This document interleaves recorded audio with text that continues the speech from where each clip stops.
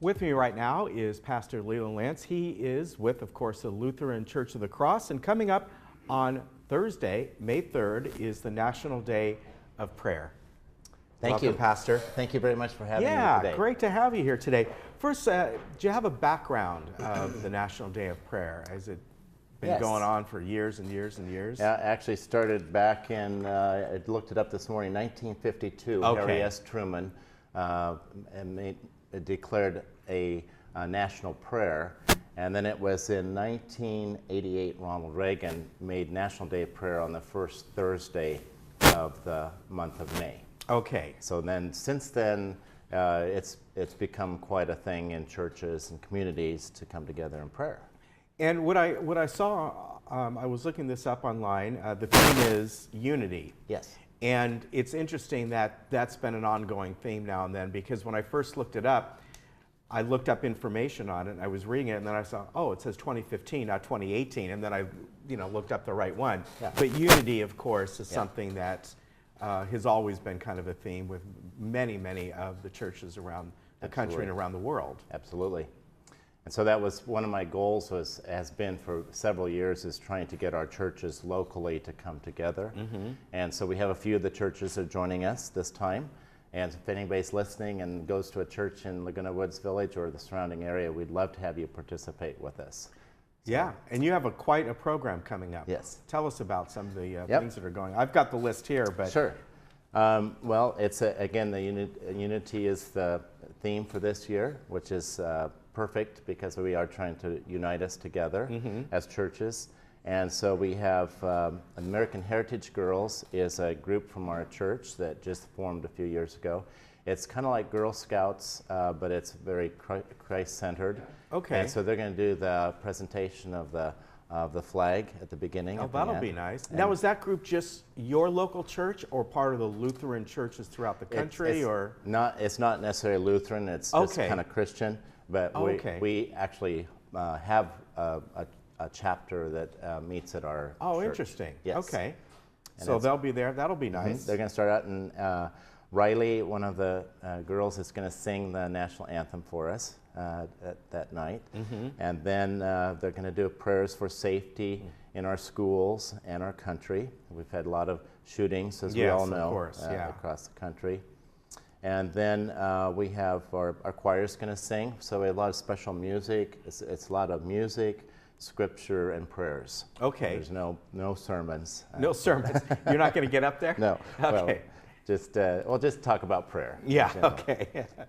And then we have prayers for ending human trafficking. That's become, quite a topic. Interesting. And so Deacon Wayne Thompson from St. Nicholas Catholic Church is coming to do that special prayer. And then Church of Hope, they meet at our church, and that's a Filipino church. Okay. And so they meet in our church in the evenings, and on Thursday evening, and then on Sunday afternoons. And Pastor Freddie Cortez is not able to be with us. He had a major stroke, but he's recovering. We're thankful for that. So one of his members is going to give a prayer for our country, our leaders, and our military. Very good. And then we're going to do a prayer of thanksgiving from our Pastor John Foss from our Aliso Viejo campus. We have a school with our church, and so a couple of the kids are coming over and doing special music with that. Oh, that'll be nice. And then we have a prayer for peace, and that's one of the churches locally here that I'm sure many of you know about. That's the Village Church of Laguna Woods, Pastor Mike Bayer. And then one of his members is going to sing a solo, Chuck Perot, very well known throughout the village here. Has a beautiful voice. And then we're going to have prayers for those that are experiencing homelessness. We've been working with Our Father's Table, which is located in San Juan Capistrano. Gina Serial started this several years ago, and so many churches are partnering with her to help end homelessness. As we all know, that's a hot topic right now in our community, and she's been doing a phenomenal job. And so they're going to come and we'll pray for those that are experiencing homelessness. Very good. And then we'll have some special music and testimonies from Teen Challenge of Orange County. And we've recently just kind of connected with them because of just the war on drugs and substance abuse. And so they're doing a fantastic job. And so they're going to come and they sing. and give a couple of testimonies. And then we're going to have an offertory. We have a bell choir at our church. We love music, and so my wife... Bell choir, that'll be fun. Yeah, my wife directs that. So. Oh, does she? Yep, and so we're going to have that. And then prayers for the incarcerated, those that are in jail. And my wife and others from our church are part of a prison ministry. Okay. They go to the Theo-Lacy once a month and do a little service there. And then we're going to close with inviting people to come and pray with us.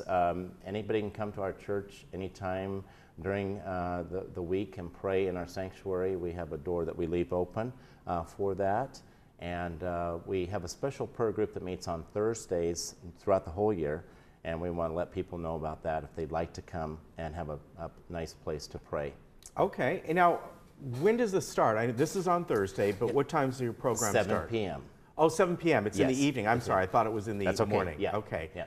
All right. Very good. Now, just quickly, we want to tell people you also have your Tuesday Senior Day Out, and that's each Tuesday, yes, right? Every Tuesday. And 11 o'clock, and you do a home-cooked meal and hymn singing and devotions and programs, all kinds of different things, right? Absolutely. Yeah, and that's something that people around here, that they can make arrangements with our ride program to get over there if they need it, or maybe they know people to get over, because, I mean, you're just right down the street. I mean, really, from some areas, you can just walk. Yeah, and we also have the golf cart path to get into our church. And I was going to also let you know that we have the hearing loop at our church. I know that's a big thing for those that can't hear. So we have that in our sanctuary too. So it's been a real blessing for those that have hearing issues. Yeah, definitely. Very good, Pastor. Good for you to come on. I know you're going to come on in probably a week and tell us some more stuff that's coming up. But the National Day of Prayer down at the Lutheran Church at 7 p.m. that evening. Maybe get there a little bit ahead of time. And I guess this would run, what, about an hour and a half or so? Yeah, hour and 15 or 20 minutes. We're hoping to keep it so it's not too long. All right, very good. Always good to see you. We'll see you again soon. Good to see you too. Thanks for having me today. You take care. Okay. We'll be right back.